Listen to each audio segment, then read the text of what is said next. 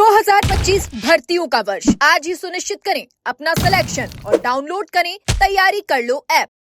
ऐसा ही भर्ती मामला लगातार कोर्ट के अंदर चलता हुआ नजर आ रहा है। तो वहीं पर जो युवाओं की जो इंतजार की जो घड़ी है, इंतजार की जो निगाहें हैं, वो लगातार टकटकी लगाकर बैठी हुई है कि कब इस मामले में जो ऐतिहासिक जो निर्णय है वो यहाँ पर आता हुआ नजर आएगा। आपको बता दें कि हाईकोर्ट के अंदर सुनवाई चल रही है। हर पक्ष को बड़ी बारीकी से यहाँ पर जज साहब की ओर से सुना जा रहा है ताकि इस मामले पर जो निर्णय है वो आ सके।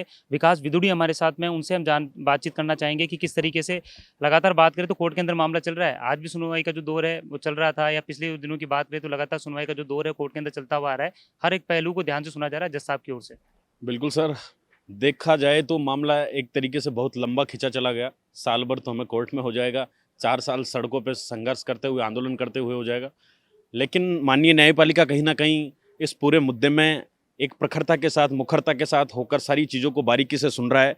और मुझे लगता है कि जो आने वाला जजमेंट होगा वो वास्तव में ऐतिहासिक होगा और जज साहब वास्तविक न्याय इस भर्ती परीक्षा में करेंगे। जिस तरीके से एसओजी को सुना, एडीजे वीके सिंह जी ने माननीय न्यायालय के समक्ष स्पष्ट कहा कि 50 से अधिक थानेदार हैं, 80 से अधिक आरोपी हमारी रडार पर हैं, 10 अभियुक्त ऐसे हैं जो हार्डकोर क्रिमिनल की तरह हैं, 2 जो मुख्य भर्ती के सरगना हैं वो अभी विदेशों में फरार हैं, सुरेश ढाका और यूनिक भांबू।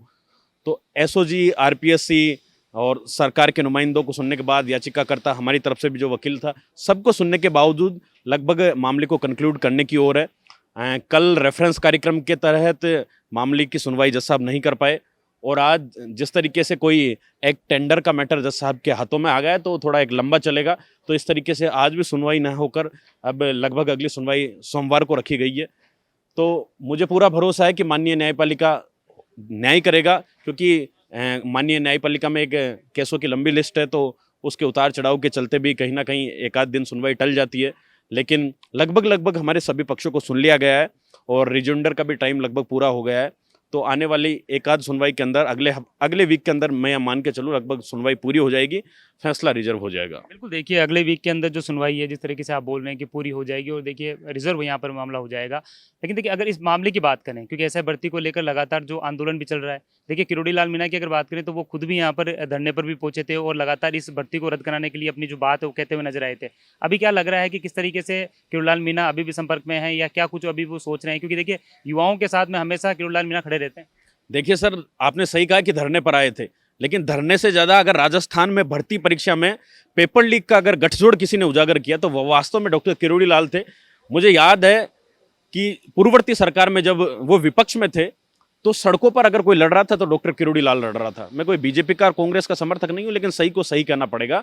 मुझे याद है अगर वीरांगनाओं के लिए किसी ने लाठियाँ खाई, किसी के कपड़े फाड़े गए तो डॉक्टर किरोड़ी लाल था। पेपर लीक के मुद्दे पर अगर रीट का घोटाला हो, सेकंड ग्रेड का घोटाला हो, सबसे पहले आवाज उठाई तो वो डॉक्टर किरोड़ी लाल थे। इसमें कोई संशय नहीं है, कोई अतिशयोक्ति नहीं है।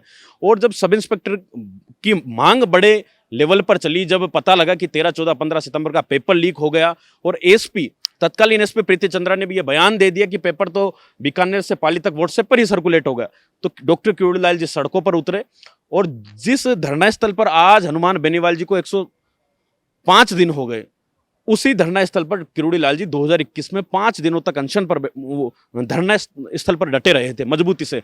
और उसके बावजूद उन्होंने प्रेस कॉन्फ्रेंस करके ऐलान किया था कि मैं राजधानी में कूच करूंगा। और मुझे याद है मैं उस कूच में शामिल हुआ था। तो दौसा से जयपुर तक 50,000 लोगों के साथ कूच किया था। प्रशासन ने घाट की गुणी के पास रोका था और चंद्रमहल गार्डन के सामने लगभग 12 दिनों तक धरना चला था।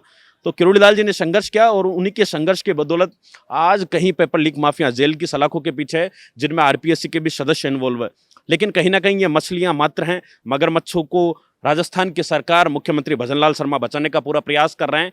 हालांकि किरोड़ी लाल तो सड़कों पर लड़ रहे हैं, विपक्ष में लड़े, सरकार लाए सत्ता में, लेकिन उनको मंत्री पद नहीं मिला जो मिलना चाहिए था, जिसके लिए वो डिजर्व करते थे। लोगों की नजरों में उस व्यक्ति को डिप्टी सीएम तक बनने का हक था। कि वास्तव में अगर सड़कों पे लड़ाइयाँ लड़ी, लाठियाँ खाई, बीजेपी तो सो रही थी साहब 5 साल, 18 से 23 तक दिखी नहीं। लेकिन जब मलाई खाने की बात आई, सत्ता पे बैठ कुर्सी की बात आई, तो किरोड़ी लाल जी को दरकिनार करने का काम किया गया। तो किरोड़ी लाल वास्तव में लड़ाका है और पूरी मजबूती से लड़ रहे हैं। और आज भी आप देखोगे तो जितने भी पेस्टिसाइड है, कीटनाशक, खाद, बीज, सबके खिलाफ वो लगातार मोर्चा खोले जा रहे हैं। कल भी विश्वविद्यालय के प्रांगण में गए तो उन्होंने कहा कि मैं तो खुलकर बोलता हूँ और मैं जब कहीं इधर उधर चले जाता हूँ सरकार के थोड़ा खिलाफ, तो सरकारें सूचना सीधे दिल्ली तक पहुंचा देती है। तो वो तो उस नेता को मैं बारंबार धन्यवाद दूंगा। रात को जब 12 बजे एसएचओ महेशनगर मुझे गिरफ्तार करने आई, तो सबसे पहले अगर कोई वास्तव में जननायक आए तो डॉक्टर किरोड़ी लाल आया। एसएचओ को उल्टे पर भागना पड़ा था। दूसरी तरफ बात करें तो हनुमान बेनीवाल ने भी पूरी तरीके से इस मामले को लटका रखा है पूरी तरीके से, जब तक हटूंगा नहीं तब तक इस मामले पे पूरी तरह से कोई सुनवाई नहीं होती। बिल्कुल साहब, कोई दो राय नहीं है इस बात में कि किरोड़ी लाल जी से हमने लंबे समय तक उनके साथ लड़ाई लड़ी, लेकिन जब सरकार ने उन्हें अनसुना कर दिया तो हमारे पास गांधीवादी तरीके से दूसरा कोई आंदोलन का रास्ता चुनने का माध्यम था। तो हमने सांसद हनुमान बेनीवाल को पुकारा और एक हमारे आह्वान पर वो राजधानी में आ गए और 24 अप्रैल को उन्होंने वो एक घोषणा की थी कि मैं शहीद स्मारक पर धरने पर बैठूंगा, और लगातार आज 105 दिन हो गए। मैं धन्यवाद देना चाहूँगा बारंबार ऐसी शख्सियत को जो वास्तव में अपने राजनीतिक नफे नुकसान को परे रखते हुए, महत्वाकांक्षा नहीं है, घर में थानेदार थोड़ी बनाना है, अरेस्ट थोड़ी बनाना है, लेकिन लड़ रहा है और घोटालों को उजागर किया। तो मुझे पूरा भरोसा है कि ऐसे सांसद वास्तव में पूरी मजबूती के साथ लोगों को न्याय दिलाने में भरोसा रखते हैं। उसी बीच में 105 दिन यहाँ पे हुए, डॉक्टर राकेश बिश्नोई के लिए न्याय की लड़ाई लड़ी, नागौर में रियाबाड़ी के अंदर बजरी माफियाओं के लिए लड़ाई लड़ी, एम्स के अंदर जो प्रकरण हुए, डॉक्टर रवि शर्मा का मामला हुआ, उसके मामले में लड़ाई लड़ी। तो कहीं ना कहीं हनुमान बेनीवाल पूरी तरीके से हम युवाओं के साथ हैं, मुखर होकर लड़ रहे हैं। और सड़क से संसद तक, अगर संसद में किसी ने मामला उठाया, चाहे वो एसआई भर्ती का हो, चाहे झालावाड़ के मनोर थाना हादसे का मामला हो, सांसद हनुमान बेनीवाल ने उठाया। दुष्यंत जी वहां से 5 बार के सांसद हैं और वहां पर ऐसे हादसे हो जाते हैं, नौनिहालों की जिंदगी को लील लिया जाता है। इससे बड़ा दुर्भाग्य नहीं है मेरे प्रदेश का। 2-2 बार की रही मुख्यमंत्री वहां पर, उनके क्षेत्र में इस तरह के घटनाक्रम, इस तरह के हादसे हो रहे हैं।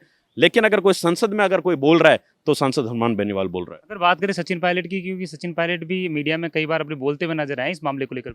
देखिए, सचिन पायलट, मैंने जहां तक सुना है बारीकी से, उन्होंने मुखरता से जब भी उनसे मीडिया के बंधुओं ने सवाल किया है, हम जब टंकी पे 3 दिन रहे थे तब उन्होंने उनसे सवाल किया तो उन्होंने कहा बिल्कुल सरकार में पावर सेंटर बन गए और सरकार को पता नहीं कि करना क्या है, हमें डिसीजन किस ओर देना है।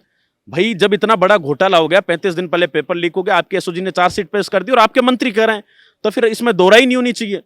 सब पूरी कैबिनेट को मिलकर एक रास्ता चुनना चाहिए। लेकिन सचिन पायलट जी सही कहते हैं कि सरकार में 2 फाड़ हो रखी है, अलग अलग गुटबाजी हो रखी है। भजनलाल जी कुछ कहते हैं, 6 मंत्रियों की कमेटी कुछ कहती है, आरएस के मामले में देखा आपने, डिप्टी सीएम कुछ कह रहे हैं, मुख्यमंत्री जी कुछ कह रहे हैं, किसी की सुनी नहीं जा रही, और प्रदेशाध्यक्ष जी अलग ही आके मुंह मीठा करवा रहे हैं। तो किरोड़ी लाल जी लड़ रहे हैं, लेकिन किरोड़ी लाल जी की नहीं सुननी। अब ये बताओ तो सचिन पायलट के हाथ में कोई कलम की ताकत नहीं है, आज वो लड़ सकते हैं। मैं कल देख रहा था शहीद स्मारक के सामने जो धरना था, 3 बार वो बैरिकेड की तरफ गए, 2 बार वो वहां पर जो युवा नेता थे उनके कंधों पर बैठकर 2 बार बैरिकेड की तरफ गए, छात्र संघ चुनाव को बहाल करवाने के लिए। हाँ बिल्कुल, उनकी सरकार ने बंद किए थे, लेकिन सचिन पायलट का मैंने बयान सुना कल की रैली में कि जिन सरकारों ने बंद किए, खुद की सरकार ने बंद किए, लेकिन उन्होंने कहा, मुखरता से कहा कि जिन सरकारों ने बंद किए, जिन लोगों ने बंद किए, उनको बाहर का रास्ता जनता ने दिखा दिया। और ये सच्चाई है साहब। तो वो लड़ाका लड़ रहा है। सचिन पायलट भी अच्छे, वास्तव में सरलता और सौम्यता के प्रतीक है, अच्छे व्यक्तित्व के धनी हैं और नेशनल लीडर है, पूरे देश में उनकी लोकप्रियता है। तो लेकिन कलम की ताकत नहीं है, आज वो कुछ कर नहीं सकते, धरना प्रदर्शन कर रहे हैं। आज जो काम करना चाहिए वो मुख्यमंत्री भजनलाल जी को करना चाहिए। इन लोगों को तो सरकार ने आईना दिखा दिया, कांग्रेस पार्टी को पूरी को दरकिनार कर दिया। अब आपके हाथ में जिम्मेदारी है, आप उस जिम्मेदारी से भाग नहीं सकते इधर उधर की बातें करके कि पूर्ववर्ती सरकार ने किया, आज की सरकार ने, हमने इतना 1.5 साल गुना 5 साल। आप इस तरह गैर जिम्मेदाराना बयान नहीं दे सकते और अपनी जिम्मेदारी से नहीं भाग सकते। अगर आपको राजस्थान की जनता ने पलक पावड़े बिछाकर सत्ता में बैठाया है तो आपकी जिम्मेदारी बनती है कि इन युवाओं के साथ न्याय करें। आरपीएससी भंग की बात आप लोगों ने की थी, तो आरपीएससी को भंग करके पूरा पुनर्गठन करना चाहिए, एसआई भर्ती की प्रक्रिया को निरस्त करनी चाहिए और नए सिरे से आयोजन करवाना चाहिए। आपको क्या लगता है कि अभी ये मामला अगर कांग्रेस सरकार में सामने आता तो क्या सचिन पायलट उस समय इसमें कुछ ना कुछ परिणाम लेके आते जल्दी? इतना लंबा खिंचता मामला? मुझे लगता है सर, इतना लगता वसुंधरा जी होती तो भी नहीं खिंचता, इतना लंबा गहलोत जी होते तब भी नहीं खिंचता, और पायलट साहब होते तो भी नहीं खिंचता। लेकिन यहाँ पर तो खिचड़ी अलग ही पक गई। अगर उनके राज में भी घोटाले उजागर हो जाते, फिर ये सीधा सीधा पूरे प्रदेश को पता है कि गहलोत साहब ने अपनी एसओजी के माध्यम से, एसओजी के एडीजी अशोक राठौड़ हुआ कर देते, राजस्थान की सारी भर्तियों का भट्टा बिठा दिया। पूरे राजस्थान के युवाओं का सपनों को कुचलने का काम उस एसओजी ने किया। एसओजी कल भी वही थे, आज भी वही है, सिर्फ अधिकारी चेंज हुए हैं। आज वीके सिंह को पूरे प्रदेश का नौजवान क्यों मान रहा है, क्यों उनकी बार बार तारीफ कर रहा है? क्योंकि उस व्यक्ति में काबिलियत है, वास्तव में उस व्यक्ति ने करके दिखाया कि आरपीएससी के मेंबर को जेल की सलाखों के पीछे भेजा, 103 से अधिक आरोपियों को गिरफ्तार करके सब इंस्पेक्टर मामले में पीछे डाला, पीटीआई भर्ती की भी लगातार गिरफ्तारियां कर रही है। तो ऐसे जाबांज ऑफिसर हमारे पुलिस महकमे में होने चाहिए। लेकिन पूर्ववर्ती सरकार में गहलोत साहब ने तो पूरा बंटाधार कर दिया और उसकी आज हालात ये है कि उस चीज़ से आज युवा उबर नहीं पा रहे। 19 में से 17 पेपर लीक साहब बहुत बड़ा मायना रखता है। ये इतिहास लिखा जाएगा कि इस तरह का भ्रष्टाचार गहलोत सरकार में हुआ था। जी देखिए, ये थे विकास विदुड़ी जिन्होंने इस पूरे मामले पे जो अपनी बात है वो यहाँ पर रखते हुए नजर आए। फिलहाल आज बता दें कि अभी मामले की जो सुनवाई है अभी और चलने वाली है, लेकिन इस मामले की जल्दी सुनवाई पूरी होने की जो उम्मीद है वो यहाँ पर विकास विदुड़ी भी लगा के बैठे हुए हैं। उन्होंने साफ तौर पर कहा है कि जल्दी इस मामले पर सुनवाई होगी और ऐतिहासिक जो निर्णय है वो बाहर निकलता हुआ नजर आएगा। कैमरामैन रमाकांत व्यास के साथ सतवीर सिंह राठौड़, एजुकेशन नगर।